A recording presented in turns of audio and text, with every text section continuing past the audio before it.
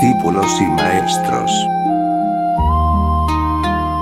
Presenta la ignorancia del yo, como fuente de la violencia.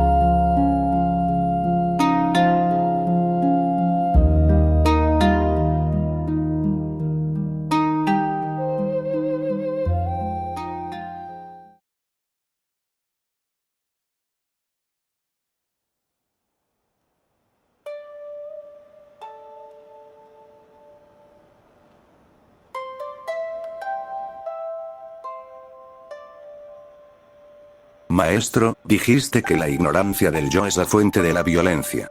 Y ayer dijiste que el hombre mismo es responsable de sus instintos violentos. ¿Significa esto que el hombre mismo también es responsable de la ignorancia del yo? Por favor, acláranos esto. No importa si alguien sentado en una cueva en una noche oscura y sin luna mantiene los ojos cerrados o abiertos. De cualquier manera, hay oscuridad. Pero sí hay una diferencia si esa misma persona continúa sentada con los ojos cerrados al amanecer, cuando el sol sale, los rayos caen sobre la entrada de la cueva y los pájaros empiezan a cantar. En la oscuridad de la noche, no hay diferencia si tiene los ojos cerrados o abiertos.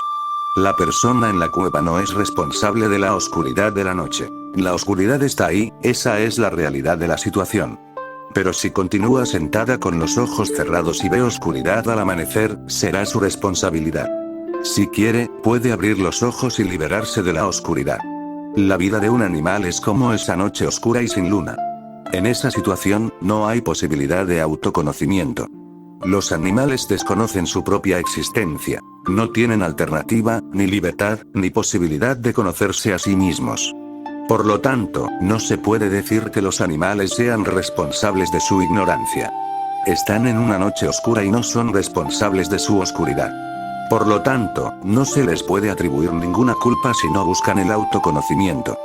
Pero el hombre ha transitado por ese mundo animal y ha entrado en el mundo de la consciencia, donde brilla la luz del sol. Si alguien permanece en la oscuridad, solo él es responsable. Si no nos conocemos, es porque tenemos los ojos cerrados. No es nuestro estado natural, es nuestra elección. Hay luz por todas partes. El hombre se encuentra en un punto de su viaje evolutivo donde puede conocerse a sí mismo. Si no se conoce a sí mismo, ¿quién más es responsable? Esto no significa que la autoignorancia sea creada por el hombre. No, la autoignorancia existe, pero si alguien no intenta eliminarla, la responsabilidad es suya. Él no creó su autoignorancia, pero puede eliminarla. Y la responsabilidad recae sobre su propia cabeza si no lo intenta. Si el hombre prefiere permanecer autoignorante, será su decisión. Ha mantenido los ojos cerrados aunque no hay escasez de luz. Acabo de recordar una frase rara y muy famosa de Sartre. Escribió: el hombre está condenado a ser libre. El hombre tiene todas las libertades excepto una. No puede elegir no elegir. Puede tomar todas las demás decisiones excepto esta. No puede elegir no elegir porque eso también sería una elección. Tiene que tomar decisiones a cada momento, porque ser humano es un viaje constante de elección. Pero ser un animal no lo es. Un animal es lo que es. Y si alguien puede ser considerado responsable de lo que es un animal, es la existencia misma. El hombre está más allá de la responsabilidad de la existencia. Un animal es como es, los árboles son como son. No podemos responsabilizarlos por ser lo que son, ni podemos alabarlos. Pero el hombre ha superado esto, es libre de elegir. Así que, si alguien no está iluminado, la responsabilidad es suya, y si es un ser iluminado, también lo es. Si está triste, la responsabilidad es suya, y si está feliz, también lo es. Mantener los ojos abiertos o cerrados es decisión de cada uno. La luz está presente en todas partes. Ahora depende de nosotros vivir en la luz o en la oscuridad. Por eso dije que el hombre es responsable de su estado de ignorancia. Ahora no puede atribuir su responsabilidad a otros. Ahora se volverá cada vez más responsable a cada momento. Esta responsabilidad es su dignidad, su grandeza, su humanidad misma. Aquí es donde va más allá de su herencia animal. Por lo tanto, también quisiera decirles que cuando alguien se embarca en algo sin tomar una decisión, es igual a un animal. También es muy interesante observar que, por lo general, no es que elijamos la violencia, la seguimos cometiendo por costumbre. La no violencia es una elección. Por lo tanto, la no violencia es una responsabilidad, mientras que la violencia es nuestra herencia animal. La no violencia es un destino en nuestro camino. La violencia es solo una vieja costumbre. He dicho, sin duda, que la violencia es el resultado de la falta de iluminación. Y no hay contradicción entre ambas afirmaciones. No estar iluminado es una decisión nuestra, ser violento también lo es. Si queremos ser no violentos, nadie puede detenernos. El hombre puede llegar a ser lo que quiera. Su propio pensamiento es su personalidad, cada una de sus decisiones se convierte en su destino. Cada deseo, cada anhelo es de su propia creación. Por lo tanto, nadie debería pensar jamás, ni siquiera erróneamente, que está indefenso, que no puede hacer nada con respecto a lo que es. ¿Qué puede hacer si hay ira en él? ¿Qué puede hacer si hay violencia? ¿Qué puede hacer si no se conoce a sí mismo? Nadie tiene derecho a preguntar esto. En el momento en que alguien pregunta, ¿qué puedo hacer?, está demostrando que puede hacerlo, solo está tratando de consolarse con tal afirmación. Ningún animal pregunta jamás, ¿qué puedo hacer? Es imposible. Cuando alguien dice, estoy indefenso, ¿qué puedo hacer? Tengo que ser violento, está tomando una decisión y también renunciando a la responsabilidad de esa decisión. No solo es violento, sino que está poniendo la responsabilidad de su violencia sobre los hombros de otros, sobre los hombros de la naturaleza, sobre los hombros de la existencia. Cuando alguien atribuye la responsabilidad de su humanidad a otro, retrocede al mundo animal. De hecho, niega su humanidad. Al negarse a elegir, niega su humanidad. Dice, no, me siento mejor siendo un animal, donde no hay que tomar decisiones, donde no hay responsabilidad, ni toma de decisiones, ni problemas. Lo que es, es. Al beber vino, el hombre regresa al mundo animal. Al cometer violencia, regresa al mundo animal. Al enojarse, regresa al mundo animal. Así que, si miras a una persona llena de ira, verás una forma humana, pero no un alma humana. Si miras a los ojos enojados, no verás ojos humanos, sino de otra clase. Una bestia que se ocultaba en sus ojos aparece en ellos. En la ira o la violencia, el hombre actúa como una bestia. Corta, grita, golpea. Las uñas humanas se han vuelto muy cortas, pues ya casi no las necesitaban. Las bestias salvajes tienen garras larguísimas, que pueden desgarrar la carne y los huesos de sus presas. Durante millones de años, el hombre no ha necesitado usar las uñas para arrancar carne y huesos, por lo que se han vuelto cada vez más cortas. Ha fabricado cuchillos, lanzas y espadas, que sustituyen el trabajo de los animales. Sus dientes no sirven para cortar ni desgarrar carne. Por eso ha creado armas y balas letales que pueden penetrar el pecho de un hombre. Todas las armas, herramientas y misiles inventados por el hombre son un sustituto de su pasado animal perdido. Son reemplazos. No tenemos lo que tienen los animales, así que tenemos que crear sustitutos, y sin duda son mejores que los de los animales. ¿Tiene algún animal una bomba atómica? ¿Tiene alguna bestia los medios y la capacidad para lanzar bombas a cientos de kilómetros de distancia? No, las bestias solo tienen las herramientas que les da la naturaleza. Usando su inteligencia, el hombre ha producido lo que ni siquiera millones de animales podrían producir. Es obra suya, su propia elección. Cuando alguien comprende claramente que es responsable de lo que es, su transformación y evolución comienzan ese mismo día. La puerta a la religiosidad jamás se abrirá en la vida de quien piensa, soy lo que soy, nada está bajo mi control, soy impotente. Comprender esto, que eres responsable de tu destino, que solo tú puedes decidirlo, transformará tu vida. He dicho que el hombre es responsable de su ignorancia sobre sí mismo. Es responsable en el sentido de que puede eliminar su ignorancia, pero no lo hace. Puede ser libre, pero no se libera a sí mismo. Maestro, por favor explícanos cómo se produce la disolución y sublimación del instinto violento en la práctica de la meditación. El deseo de violencia no es aislado. Está vinculado a la supresión de muchos otros deseos. El deseo de violencia ya existe, el anhelo de cometer violencia existe, pero en muchas ocasiones no hay oportunidad para ello. Queremos cometer violencia, pero no podemos hacerlo debido a nuestra civilización, nuestra cultura, nuestro estilo de vida. Situaciones y circunstancias inapropiadas se interponen en nuestro camino. Es difícil encontrar a alguien que no haya pensado alguna vez en matar a alguien. También es difícil encontrar a alguien que no haya pensado alguna vez en suicidarse. Y si esos pensamientos no hubieran surgido durante el día, podrían haber surgido en un sueño nocturno. No todos matan a otros ni se suicidan. Piensan y piensan, pero debido a las circunstancias, los asesinatos y los suicidios no ocurren. Pero una vez que el deseo de violencia surge en la mente y no es posible llevarlo a cabo, ese deseo persiste. La fuerza del deseo se bloquea externamente y esta fuerza continúa acumulándose. El deseo de violencia permanece en nuestro interior, y junto con él, se acumulan otros deseos insatisfechos, junto con cualquier nuevo deseo de cometer violencia que surja. Estos deseos acumulados no son de una sola vida, sino de muchas. Seguimos viviendo con esta acumulación en nuestro interior, nacimiento tras nacimiento. Todos estos deseos y el flujo reprimido de anhelos. Por un lado, cada deseo crea una nueva carga, y por otro, la acumulación de cargas antiguas continúa aumentando, hasta que existe la posibilidad de una explosión en cualquier momento. Para liberarse del deseo y la violencia, es necesario comprender dos cosas. La disolución tanto del deseo de violencia como de la acumulación de violencia reprimida son igualmente esenciales. Si el deseo de violencia desaparece, no se crean nuevas fuerzas violentas en el futuro. Mahavira utilizó una palabra muy acertada para esto. Nirjara, purga, que los psicólogos occidentales llaman catarsis. Nirjara significa marchitarse, como las hojas que caen. Es una palabra maravillosa. Es la dispersión de algo acumulado. Significa separar algo desechando las partículas de polvo acumuladas. Tantas fuerzas de deseos reprimidos yacen acumuladas en nuestro interior. Solo en la meditación se puede liberar estas fuerzas. No hay otra manera de liberarlas. ¿Cómo se hace en meditación?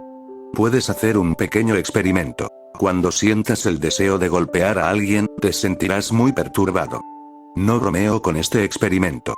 Un gran centro de desarrollo humano en Estados Unidos, el Instituto Esalen de California, ha estado trabajando en ello. Actualmente hay allí un terapeuta muy importante. Se llama Frisch Perls. Les venda los ojos a las personas que sienten un fuerte deseo de cometer actos violentos. Luego, les coloca almohadas delante y les pide que sigan golpeándolas como si fueran enemigos. Él dice, golpea a quien quieras. Al principio, el hombre se ríe y pregunta, ¿cómo puedo golpear una almohada? Pero no hay diferencia entre golpear a una persona y una almohada. No hay diferencia en el veneno que se produce en la sangre al golpear a una persona o a una almohada. ¿Qué más hay en una persona que en una almohada? Así que Perls le pide a su violento cliente que golpee la almohada. Al principio, el cliente se ríe, pero Perls le dice que no se ría y que empiece a golpear. El cliente podría preguntarle si él, Perls, se está burlando de él. Perls dirá, hay un poco de diversión en ello, pero golpea la almohada de todos modos. El cliente empieza a golpear la almohada, y al poco rato, los presentes se sorprenden al ver que no solo aumenta su ritmo, sino que su forma de golpearla demuestra su enemistad hacia ella. La destroza y la muerde con la boca. Quienes se someten a este experimento afirman que sus mentes se vuelven muy ligeras después, que nunca antes se habían sentido tan ligeras. ¿Qué dice Perls? Dice que cuando se usa la violencia contra algo con un propósito, la violencia se libera. Deja que tu violencia fluya al aire, no la descargues contra nadie, porque habrá una reacción si se libera contra alguien. Si golpeo a alguien, la violencia no se dispersará en el aire no la absorberá. La persona a la que golpeo reaccionará. Puede que reaccione hoy, mañana o en el futuro. Puede que espere, pero sin duda reaccionará. Si golpeo a alguien como Buda o Mahavira, puede que no reaccione, pero en cuanto lo golpee, habrá una reacción y también arrepentimiento en mi mente. Recuerda que el arrepentimiento y la ira son igualmente malos. El arrepentimiento es la ira al revés. De hecho, cuando una persona se arrepiente, no hace más que prepararse para volver a enojarse. Cuando alguien se arrepiente y dice, estuvo muy mal, me enojé, intenta convencerse a sí mismo, no soy tan mala persona. Actué mal una vez, pero eso no importa mucho. Así, al arrepentirse, intenta restablecer su buena conducta. Desde su punto de vista, está volviendo a su antigua mentalidad, y al restablecerse de esta manera, estará listo para volver a golpear a alguien. de nuevo habrá violencia y de nuevo arrepentimiento. De esta manera, el círculo vicioso de ira y arrepentimiento se prolongará. Así, cuando golpea a alguien, lo que sigue no es solo arrepentimiento, sino también una preparación para la venganza contra el ataque de otra persona. Así, la violencia crea un círculo vicioso, del que es difícil salir. Pero cuando golpeamos una almohada, esto no sucede. Al golpearla, se produce catarsis. Por eso Peirce nos pide que golpeemos almohadas, porque el mundo actual en el que vivimos se ha vuelto muy materialista. Mahavira prosperó hace 2500 años. Habría dicho, golpea el aire, quien necesita una almohada. Pero nos opondríamos a eso. ¿Golpear el aire? Una almohada puede ser castigada. Al menos parece la espalda o el estómago de una persona. Cuando golpeamos una almohada, sentimos que hemos tocado a alguien. La almohada también reaccionará, aunque solo levemente. En los 2500 años transcurridos desde Mahavira, el mundo se ha vuelto muy materialista. La meditación de la que hablaba Mahavira ni siquiera requiere almohada. Tampoco se necesita almohada en la meditación de la que hablo. Pero en Estados Unidos quizás sería difícil golpear sin almohada. Tiene que haber un objeto. Si no hay nadie, usa una almohada. Mahavira ni siquiera nos permitía golpear una almohada. Le decía a Peirce que hay algo de violencia en este acto, aunque sea un poco. Cuando golpeas una almohada, proyectas a tu enemigo sobre ella. No estás golpeando a ningún enemigo, pero disfrutas golpeándolo, te deleitas. Este placer mantendrá la violencia, en mayor o menor medida. Con este método no se puede lograr una catarsis completa. Así que, tras el tratamiento en el centro de Peirce, la gente volvía a verlo unos 6 meses después y decía, la violencia se ha acumulado de nuevo en nuestras mentes. Ahora tendrán que volver a golpear una almohada. El proceso de meditación nos dice que nos olvidemos del otro y cometamos violencia de forma individual. Esto no significa ejercer violencia sobre nosotros mismos. Solo significa permitir que la violencia ocurra, pero sin un objetivo.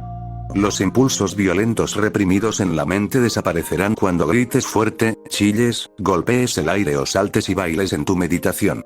Experimenta durante 1 hora un día y verás que tus impulsos reprimidos han desaparecido y te sientes más ligero, como si hubieras salido de un sótano cerrado.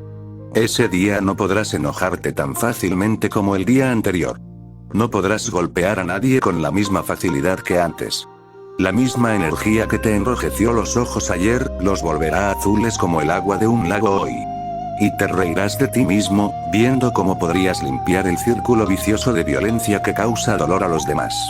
Una vez, Mahavira estaba cerca de una aldea, y unas personas se acercaron y lo golpearon brutalmente. Alguien le clavó clavos en las orejas. Él simplemente se quedó allí, mirando. Después de un rato, alguien le preguntó, ¿por qué no dijiste nada? Deberías haber dicho algo. Al menos deberías haberles preguntado por qué te golpeaban innecesariamente. Entonces Mahavira respondió, no me golpeaban innecesariamente. Debía haber alguna razón para hacerlo. Puede que la razón no tuviera nada que ver conmigo, pero debía haber alguna en ellos. Y pensé que era mejor que me golpearan, porque si hubieran golpeado a alguien más, habrían recibido una paliza. Sería difícil encontrar a alguien mejor que yo para descargar su violencia. Mahavira se comportó como un cojín con esa gente. La meditación es purificación, es catarsis. Meditar significa dejar salir lo que llevamos dentro, sin ninguna razón. Esa catarsis no se le impondrá a nadie, sino a un vacío. Se le entregará al vacío. Haz un pequeño experimento cuando sientas ira. Enciérrate en una habitación cerrada y expresa tu ira. Enfócate al máximo en esa habitación vacía. Te reirás mucho porque todo te parecerá absurdo. Siempre has sentido ira hacia los demás, pero al analizarla desde una perspectiva aislada, te resultará difícil sentirla. Al principio, te reirás de ti mismo en tu soledad, pero después, reirás cuando sientas ira hacia los demás. Mantén un espejo en la habitación y enójate tanto como puedas, y observa cómo te ves en él. Te darás cuenta de que ni siquiera puedes cometer esta locura solo, porque te hace reír. Y luego imagina la imagen que creas en la mente de los demás cuando estás enojado. Puedes romper el espejo si quieres y, en medio de esa destrucción, ver qué tipo de veneno hay en tu interior. El veneno será eliminado, habrá una catarsis, y después de esta catarsis podrás ver tu violencia. Tienes que verla para liberarte de ella. Maestro, has dicho que hay violencia sutil en el acto sexual. Pero ¿no es la relación sexual un acuerdo para crear placer biológico mediante el contacto mutuo entre dos personas? Dado que ambos participan en este placer, ¿no se basa en el amor y el afecto mutuo? Desde la época de Rishabha, el primer Tirthankara Jaina, hasta la de Parsavant, el 23º, la religión tenía 4 elementos clave. O se puede decir que el carro de la religión tenía 4 ruedas, o se puede decir que la religión tenía 4 patas. La religión era un vehículo de 4 ruedas. Mahavira añadió un elemento más: el celibato. Ninguno de los predecesores de Mahavira hizo del celibato un elemento religioso. Es un hecho muy interesante y digno de comprender. Resulta asombroso que los pensadores y sabios desde Rishabha hasta Parsavant no incluyeran el celibato entre los elementos clave de la religión. Hasta Parsavant, se creía que quien alcanzaba la no violencia también sería célibe de forma natural. El celibato entraría en su vida sin esfuerzo. El sexo en sí mismo se consideraba una forma muy profunda y sutil de violencia. ¿Por qué? Será útil comprender algunos puntos clave sobre por qué el sexo es violento, y también será apropiado reflexionar sobre por qué Mahavira convirtió el celibato en un elemento independiente. El nombre de Mahavira está íntimamente ligado a la no violencia. Ningún otro nombre lo está tanto. Pero les sorprenderá saber que Mahavira tuvo que separar el celibato de la no violencia. La razón principal por la que lo hizo, fue que quienes se dirigía eran incapaces de comprender la violencia en su sentido más profundo. Solo podían comprenderla a nivel físico. Mientras uno solo comprenda la no violencia a un nivel superficial, no podrá darse cuenta de que también existe violencia en el sexo. Cuando uno comprende la naturaleza profunda y sutil de la no violencia, se da cuenta de que el deseo sexual también es una forma de violencia. Pero este punto no se planteó. No se discutió hasta la época de Parsavant porque la gente comprendía la no violencia en su sentido más profundo. ¿Por qué? Hay 2 o 3 puntos que deben entenderse al respecto. Como les dije, si alguien empieza a amar a otra persona, es prueba de que es infeliz. Es así. Si alguien espera obtener felicidad de otra persona, es evidente que es miserable. Si no puede ser feliz por sí mismo, será imposible obtenerla de otra persona. Encontrará ilusión, no felicidad. Encontrará engaño, no verdad. Tendrá sueños, pero llorará al despertar. El deseo por otra persona es prueba fehaciente de que alguien aún no tiene la clave de la felicidad. Y no puede haber placer sexual sin el deseo por otra persona. El sexo es violento porque el deseo por otra persona se esconde en él. También es violento porque el semen está lleno de vida, y un hombre lo usa durante las relaciones sexuales a lo largo de su vida. Todos los espermatozoides liberados mueren en las 2 horas siguientes a la relación sexual.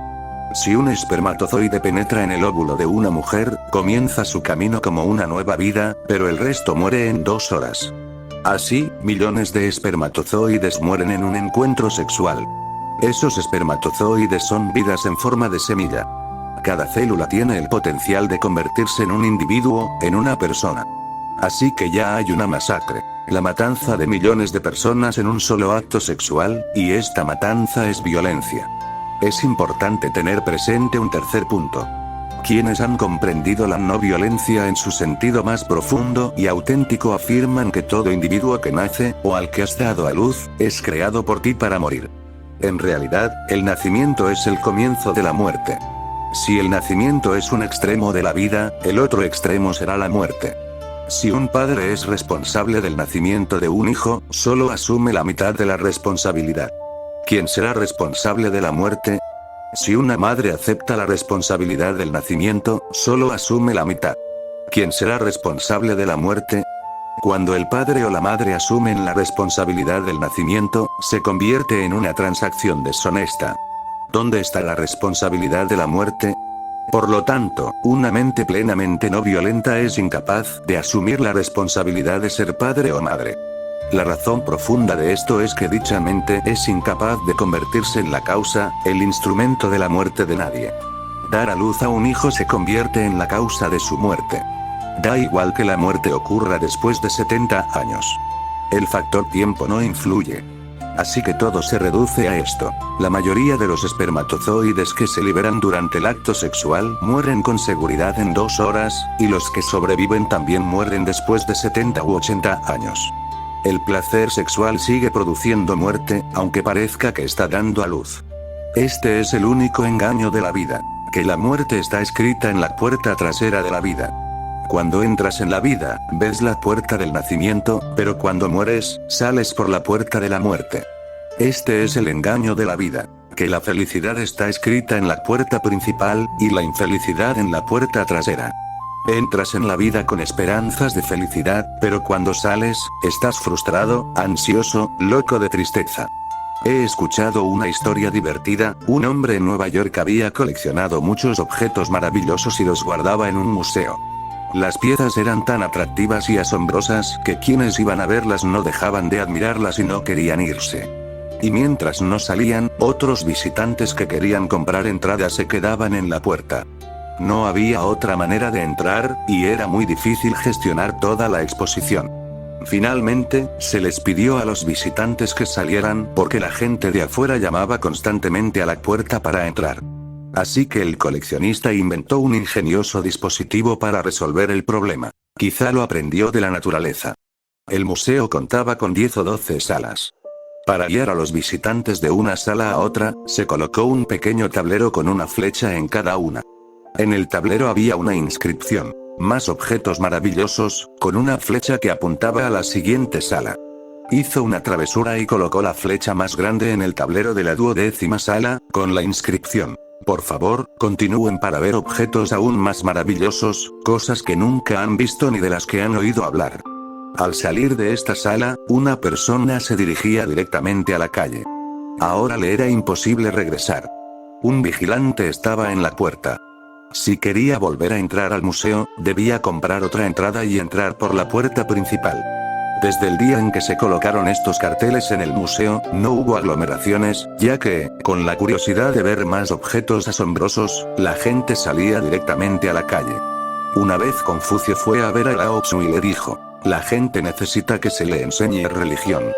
Lao Tzu dijo: ¿has oído hablar de la época en que la gente era tan religiosa que nadie hablaba de religión? Solo es necesario hablar de religión en una sociedad no religiosa. Si la gente tiene mentalidad religiosa, ¿qué necesidad hay de hablar de religión? Nadie, excepto una persona enferma, habla de salud. Generalmente, la persona enferma se convierte en una especie de médico porque siempre habla de salud y medicinas. Lee revistas y folletos sobre salud y libros de naturopatía. Un enfermo habla mucho de salud, porque su enfermedad lo mantiene tan acomplejado que usa sus constantes conversaciones sobre salud para desviar la atención de su enfermedad. De igual manera, una sociedad inmoral habla de moralidad. Una sociedad amorosa o sensual habla de celibato. Una sociedad caída habla de progreso, y una comunidad pobre habla de riqueza. Hablamos de lo que nos falta. Había mucha violencia en la época de Mahabharata. La no violencia no se comprendía profundamente, por lo que se vio obligado a abordar el celibato por separado. Rishabha consideraba suficiente hablar de la no violencia, y en la época anterior a Rishabha, quizás ni siquiera era necesario. Cuando la violencia se apodera de la mente, la discusión sobre la no violencia surge de inmediato. Por eso digo que el sexo es una forma de violencia y la ausencia de sexo es el florecimiento de la no violencia. Maestro, hasta ahora, nuestra idea era que la empatía es un aspecto de la no violencia. Lo hemos creído durante mucho tiempo. Pero durante estas charlas sobre el Panch Mahabharata, las 5 grandes virtudes, al explicar la no violencia, nos dijiste que hay violencia oculta en la empatía porque el otro está presente en ella. Luego profundizaste un poco más, dando un ejemplo de empatía de la vida de Ramakrishna. Nos contaste cómo un granjero estaba siendo azotado y las marcas del látigo aparecieron en la espalda de Ramakrishna. Así que, por favor, explícanos si existe alguna diferencia sutil entre la empatía y la empatía en el contexto de la no violencia. También, por favor, dinos qué entiendes por empatía. ¿Es un fenómeno psicológico o se trata de algo a nivel espiritual? La empatía se ha considerado un atributo muy valioso. Significa sentirse infeliz y mostrar su dolor al ver la infelicidad de otra persona. también significa experimentar junto con el otro. Pero quien experimenta infelicidad cuando el otro es infeliz, nunca experimenta felicidad cuando el otro es feliz. Se manifiestan sentimientos de tristeza e infelicidad si la casa de alguien se incendia, pero no se muestra felicidad si alguien construye una casa grande.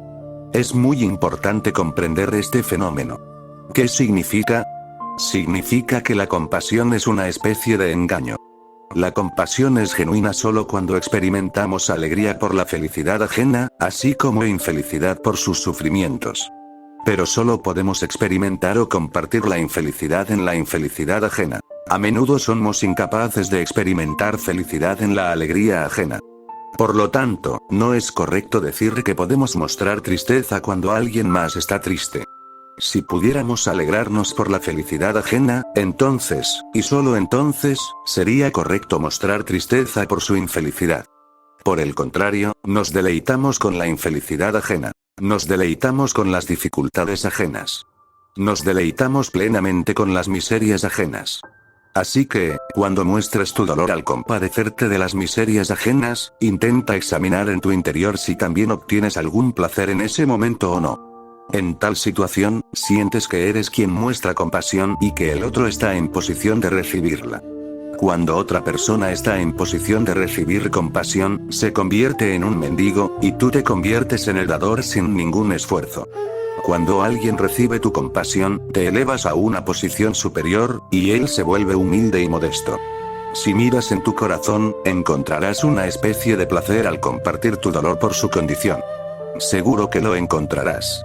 Si no, eres alguien que también puede ser completamente feliz con la alegría de otro. Normalmente envidiamos la felicidad ajena y nos resentimos. Esta otra cara nos dice que realmente no podemos sentirnos infelices por la infelicidad ajena, pero lo hemos llamado compasión. He estado hablando de este sentimiento, generalmente conocido como simpatía. Así que pensé que sería bueno hablar también de otra palabra, empatía. La compasión es falsa, un engaño.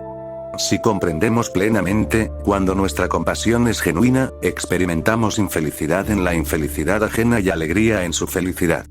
Aún así, sigue siendo violenta. No puede ser no violenta porque mientras el otro esté presente, no puede cumplir las condiciones de la no violencia. La no violencia es una experiencia de no dualidad, y la violencia es la experiencia de que existe un yo separado del otro. Sin duda, será violenta si tu experiencia de sentirte infeliz al ver a otro infeliz es falsa. E incluso si el sentimiento es genuino, tú sigues siendo el yo y el otro sigue siendo el otro. El puente entre ambos no se rompe, y no hay posibilidad de no violencia. Reconocer al otro como el otro también es violencia. ¿Por qué? Porque vivo en la ignorancia mientras considero al otro como el otro. De hecho, no es el otro. La empatía no significa saber que el otro es infeliz. Significa que yo mismo me he vuelto miserable. No se trata solo de saber que el otro es feliz. Significa que yo mismo soy feliz. No es que la luna brille en el cielo, sino que yo también brille. No es que el sol esté saliendo, sino que yo estoy saliendo. No es que las flores hayan florecido. Soy yo quien ha florecido. Empatía significa no dualidad. Empatía significa unidad. La no violencia es unidad. Así que hay tres estados. Uno es la falsa compasión, que es violencia pura y simple. 2. La compasión genuina, que es una forma muy sutil de violencia. Y 3. La empatía, que es no violencia. La compasión puede ser violencia o una forma sutil de violencia. Puede ser compasión genuina o falsa compasión. Ambas son de nivel psicológico. La empatía es un fenómeno espiritual. Nunca nos es posible ser uno con otra persona a nivel psicológico. Mi mente es una sola entidad, tu mente es una entidad separada. Mi cuerpo es una entidad distinta, tu cuerpo también lo es.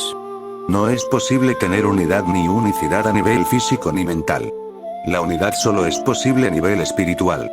Es posible porque ya estamos en el nivel espiritual. Es como el agua de una jarra sumergida en agua, es la misma que el agua fuera de la jarra. Solo existe la pared de tierra de la jarra entre ellas. Si la pared se rompe, las dos aguas se convierten en una. Mente y cuerpo tienen un muro que nos impide encontrarnos con el otro, que nos impide ser uno con él. Todos somos como cántaros de barro en el océano de la consciencia. Los cántaros serán distintos y separados, pero lo que hay dentro no está separado. Quien experimenta la no violencia conoce el ser y también sabe que, aunque los cántaros estén separados, lo que hay dentro de ellos es uno y lo mismo. Esa experiencia de unidad es no violencia. Por lo tanto, no puede ser compasión, porque para la compasión, el otro es necesario. El otro no es eliminado por ella. La empatía es aquello que está más allá de la mente. No está en la mente ni debajo de ella. Está por encima y más allá de ella. Y un fenómeno que ocurre más allá de la mente es espiritual. Solo quien sabe que lo que está en un átomo también está en el universo puede llamarlo espiritual. Solo quien sabe que una gota de agua y el océano son uno puede llamarlo espiritual. Quien ha conocido completamente una gota de agua no tiene nada más que saber sobre el océano. Cuando se conoce una gota, se conoce todo el océano. Quien ha conocido la gota dentro de sí mismo ha conocido el océano dentro de todos. Entonces no muere porque no le queda nada más. Ese ego, ese yo, ha desaparecido porque ya no se ve el tú. Mientras haya un tú, habrá un yo. Esta dupla de tú y yo siempre está unida. El libro de Martin Buber, Yo y tú, es muy valioso. Según él, todas las relaciones de la vida son relaciones de yo y tú. Pero hay otro mundo que está más allá del yo y del tú. Hay otro mundo de la vida real que no es de relaciones, sino de energía vital, de divinidad, donde no hay yo ni tú. La empatía es la cima más alta de la espiritualidad. Pero la compasión es nuestra formación temporal y mundana, y generalmente es falsa en un 99%. No solo engañamos a los demás, sino también a nosotros mismos. E incluso si es un 1% genuina, el yo y el tú siguen existiendo, la jarra permanece. Quizás pasamos la mirada de una jarra a otra, y aún así no tenemos ni idea de que hay unidad entre dos jarras, de que la unidad fluye entre ambas. Llamo empatía a ese estado cuando solo queda uno, cuando no hay otro. Puedes llamarlo no dualidad, Brahma o Dios. Puedes llamarlo como quieras. También puedes llamarlo existencia. La vida alcanza sus cumbres más altas, sus experiencias cumbre, cuando solo hay uno. Cuando el yo y el tú se desvanecen, te das cuenta de que la relación entre ambos es claramente violenta. La vida es un flujo continuo, una corriente ininterrumpida. Es una, pero no podemos experimentar esa unidad porque nos hemos construido muros. Hemos construido nuestros propios muros, nos hemos rodeado por todos lados, hemos creado límites. Esos límites en realidad no existen. Los creamos nosotros y son temporales. Los límites no existen. Si le preguntáramos a una persona espiritualmente avanzada, diría lo mismo. Lo diría porque ha experimentado la expansión del alma.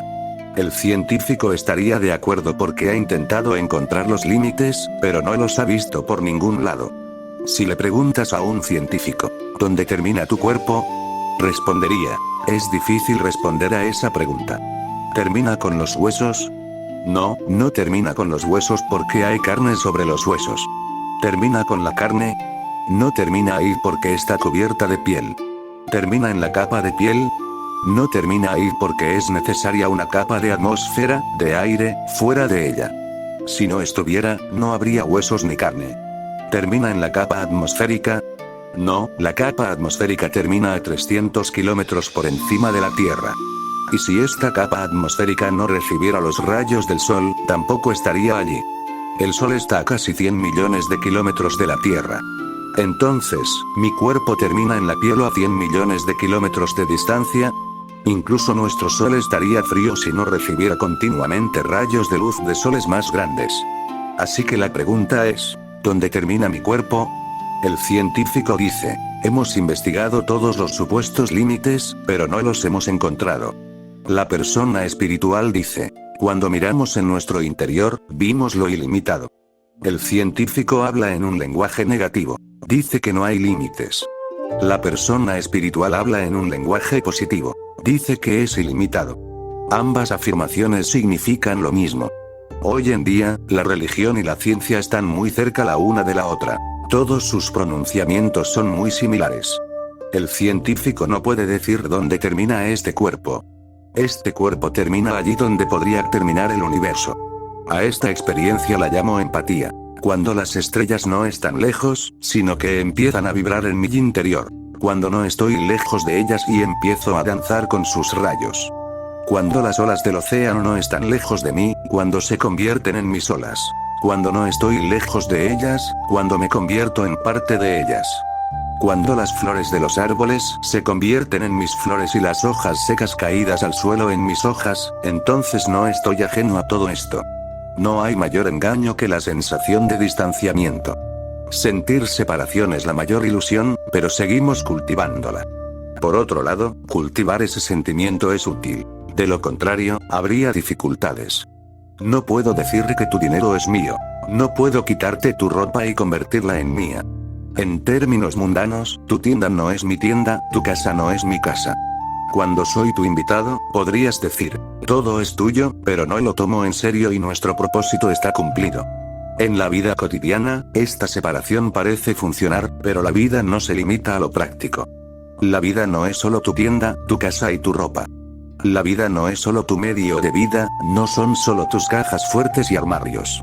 Es un fenómeno mucho más amplio. La vida no es solo una utilidad, también es felicidad, también es un juego, también es un misterio infinito. Así que quien toma la utilidad como algo fundamental tendrá dificultades. En el mundo de la utilidad decimos muchas falsedades, pero tienen un propósito. Se atienden los aspectos prácticos. El mundo de la utilidad funciona a través de creencias. Me quedo en casa de alguien y pido un vaso de agua. Me lo trae. Hasta ahora, nunca he visto a nadie traer un vaso de agua. Pero esto cumple nuestro propósito, aunque es una completa mentira. ¿Cómo puedes traer un vaso de agua? No es posible. Pero ambos han comprendido lo que se pide y nuestro propósito se cumple.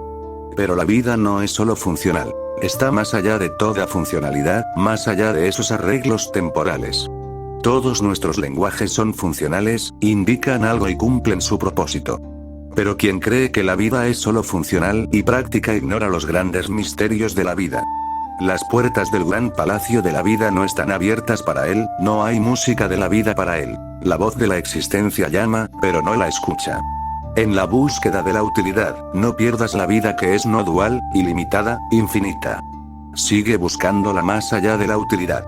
Sigue buscándola más allá del yo y del tú. Tienes que buscarla hasta el día en que la encuentres. A ese encuentro con ella le he llamado empatía. Solo eso es no violencia, solo eso es amor, solo eso es no dualidad, solo eso es liberación. Puedes hacer una última pregunta. Maestro, ¿cuál es la relación entre la violencia y la justicia social? A veces se dice que tanto la no violencia como la violencia son los medios para lograr la justicia social y que Mao, Stalin y Hitler fueron inevitables históricamente. ¿Cuál es tu opinión al respecto? La no violencia no se trata de política social ni de ley. Si se tratara de convención social o ley, jamás podría liberarse de la violencia. La no violencia no es social, es espiritual. Si convertimos la no violencia en ley social, algún día también podríamos considerar la violencia una necesidad. Sería un desastre que la violencia se considerara necesaria para proteger la no violencia. Supongamos que un hombre comete violencia contra alguien. El tribunal también cometerá violencia, lo castigará por ello. Si un país o una nación comete violencia contra otro país, este último reaccionará con violencia contra el primero, porque se considera justo responder a la violencia con violencia. Soportar la violencia es una injusticia, y no es correcto soportarla. Pero la no violencia de la que hablo es espiritual. Si queremos hablar de no violencia social, siempre habrá una ley de no violencia relacionada con ella. Esta dará cabida tanto a la violencia como a la no violencia. Ambas se integrarán, será como una economía mixta. La violencia y la no violencia coexistirán, solo sus características seguirán cambiando. La no violencia completa o total no es posible a nivel social. Es extremadamente difícil lograr la no violencia total, incluso a nivel individual. No es justo siquiera esperar que llegue el momento de lograrla a nivel social, a nivel de masas.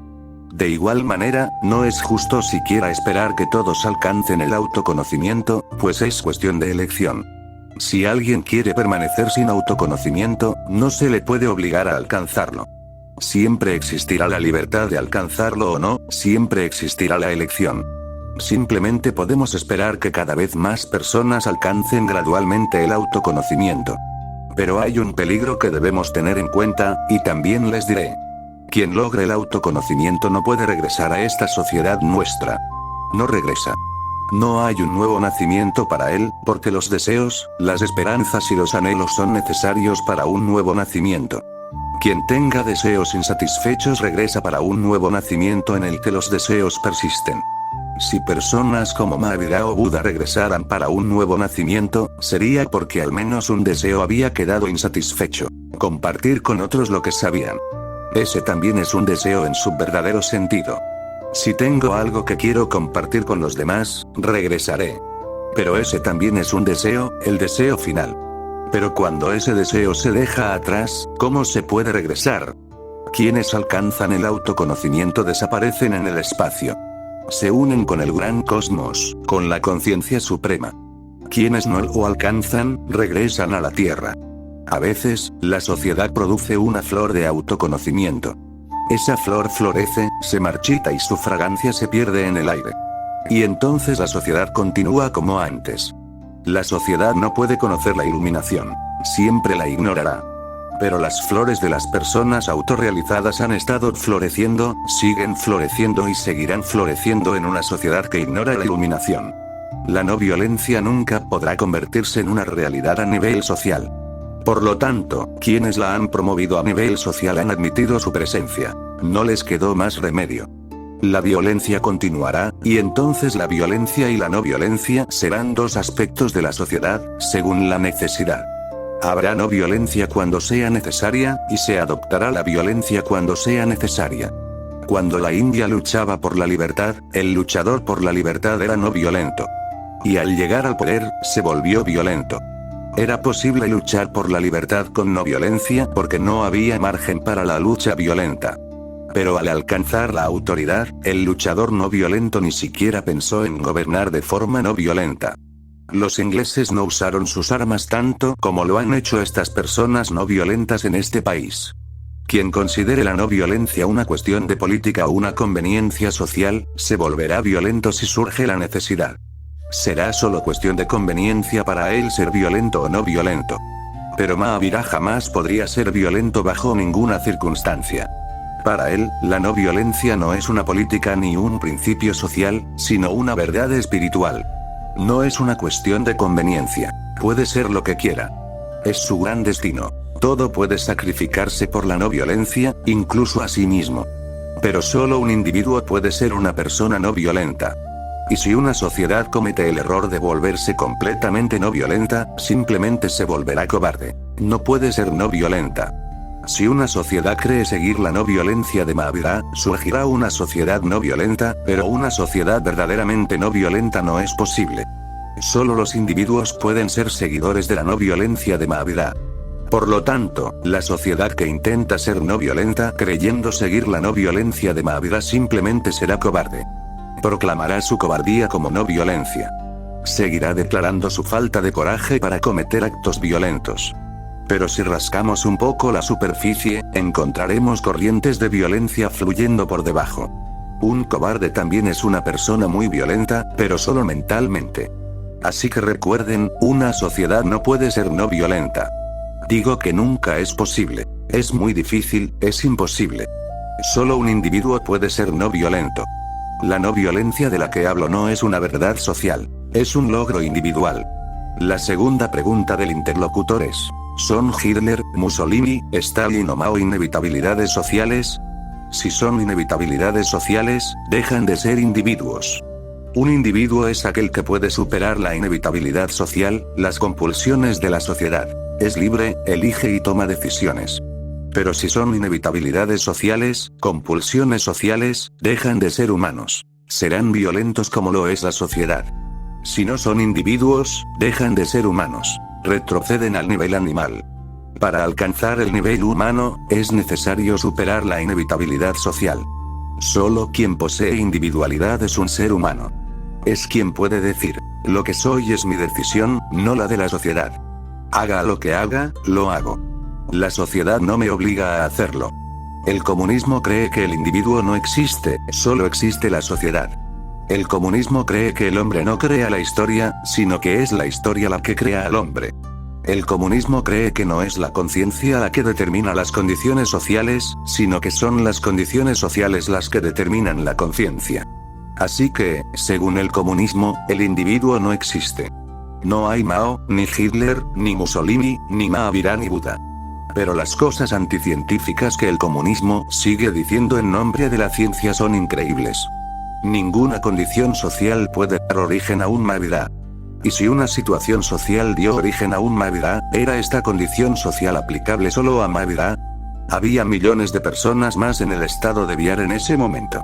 Si fue la condición social la que produjo a Mahavira, ¿por qué no produjo cientos de Mahaviras más? Si las condiciones en Rusia produjeron a un Lenin, ¿cuántos Lenins más produjo? No, las condiciones sociales no producen individuos. Y si lo hacen, entonces no son individuos, sino eventos sociales. Los eventos sociales no pueden ser no violentos. Son inevitablemente violentos porque se remontan al nivel animal. Ser un individuo es una elección. Estoy de acuerdo en que Mao o Stalin no se elevan mucho en el plano humano, sino que alcanzan profundidades profundas en el plano animal. Pero se podría decir, están cometiendo violencia por el bien de la humanidad. Siempre que se ha cometido violencia, ha sido en nombre del bien. En la Edad Media, los sacerdotes cristianos quemaron vivas a millones de personas por el bien de la humanidad. Un musulmán mata a un hindú por el bien del bienestar humano. Un musulmán no mata a un hindú por enemistad con él, mata porque el pobre hindú es un kafir, un alma perdida, y debe ser llevado al camino correcto. Si no está listo para llegar al camino correcto, al menos mátalo para que su alma tenga la oportunidad de estar en el camino correcto en su próxima encarnación.